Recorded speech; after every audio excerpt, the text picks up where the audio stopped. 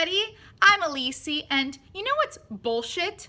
The fact that people think that Hillary Clinton will beat Donald Trump. If only this were a normal election year, she would actually have a real chance. But it's not, because anger against the establishment is at its peak, and Hillary Clinton is the face of the establishment. What the Democratic Party doesn't seem to want to face is the fact that Hillary is just a weak candidate, especially against Trump. Moments ago, a brand new Fox News poll has Donald Trump topping Hillary Clinton nationally by 3 points, 45 to 42. More voters have an unfavorable view of Clinton than they do of Trump. 61% view her unfavorably, while just 37% view her favorably. That is a new low for the former Secretary of State. So you see, they decided since 2008, after Obama got elected, that she would be this year's nominee, and just haven't accepted the fact that times have changed. It's kind of like developing a product 8 years ago and expecting it to be successful today without adapting your strategy to the current market. It just doesn't work. Duh. Hillary is actually Trump's dream opponent. While Hillary is the face of the establishment, Trump is the crusading outsider. Obviously, Donald Trump is the agent of change in this election in a matchup against Hillary Clinton. She is not. All they do is run for office. They give nothing up. They give nothing up whatsoever. I think the people are tired of politicians because, again, all talk, no action, nothing gets done. She'll simply replace Jeb as a symbol for the corrupt elites. And we all saw what happened to Jeb. Please clap. I'm just kidding. Poor Jeb. While Trump is a master at setting the terms of engagement and making everybody talk about what he wants to talk about, Hillary is a follower and allows her opponents to set the terms of the debate. Obama did it in 2008, Bernie Sanders is doing it right now, and Trump is about to do it again. Well, Bernie Sanders is watching Hillary, and because she's having trouble, you know, it's supposed to be a cakewalk, but she's been having trouble, and she's been taking parts of his message and using them verbatim out on the trail. We're looking into the copyright issues here. Those are our words.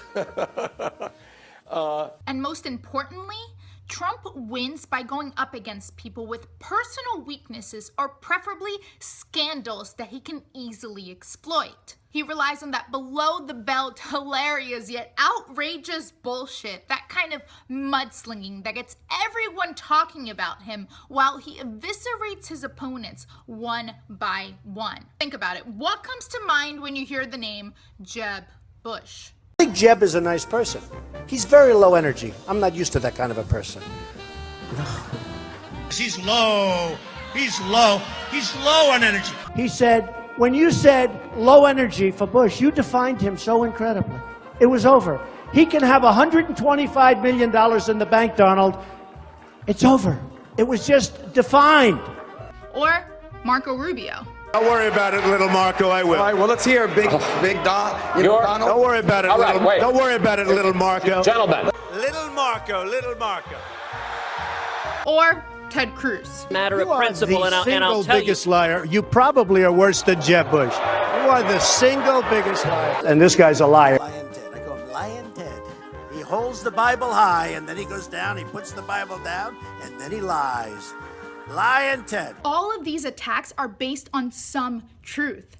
That's why it sticks. Now, let me ask you one question. Which politician do you know that has more scandals or controversies than Hillary Rodham Clinton? And then, of course, we have Crooked Hillary. Crooked Hillary, folks.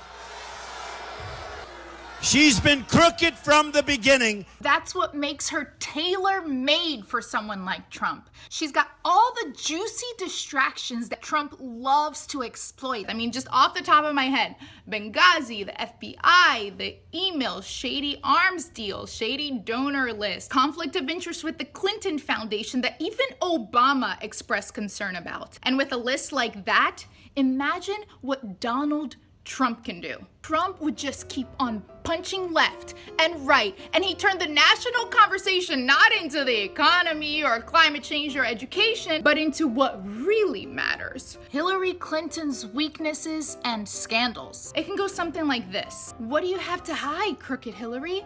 Release the transcripts, Crooked Hillary. One day she votes for the Iraq War, folks, and then thousands of lives later, she says, "I'm sorry, that was a mistake."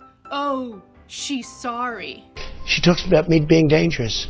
She's killed hundreds of thousands of people with her stupidity. I can't even keep track of this woman. One day she's for the TPP, and then the next day she changes her mind, folks. She's a liar. That woman is crooked. Nobody trusts her. Look at the polls. 51% of voters in Florida say Clinton is not honest and trustworthy. In Ohio, that number climbs to 53% and 54% in Pennsylvania. And it'll stick, because all of his attacks are based on some truth that she can't possibly deny. She did vote for the Iraq War. She has lied a lot. And she has changed her mind multiple times purely out of political expediency. And if Hillary tries to hit back, accusing Trump of his own flip-flopping, his own history of bankruptcy and shady deals and trend of secrecy and duplicity, it's not really gonna go anywhere, because all of that also applies to her. In an AP interview Wednesday, Donald Trump said he wasn't going to release his tax returns before November. Hillary Clinton, ignoring her own hypocrisy, jumped on the news. Hillary Clinton hits Trump for not releasing his tax returns. You've got to ask yourself, why does he not release them, she asks in New Jersey. Maybe it's the same reason you don't want to release your speech transcripts, Mrs. Clinton. What was in that speech that you wouldn't want to reveal to the people who are voting for you? Nothing.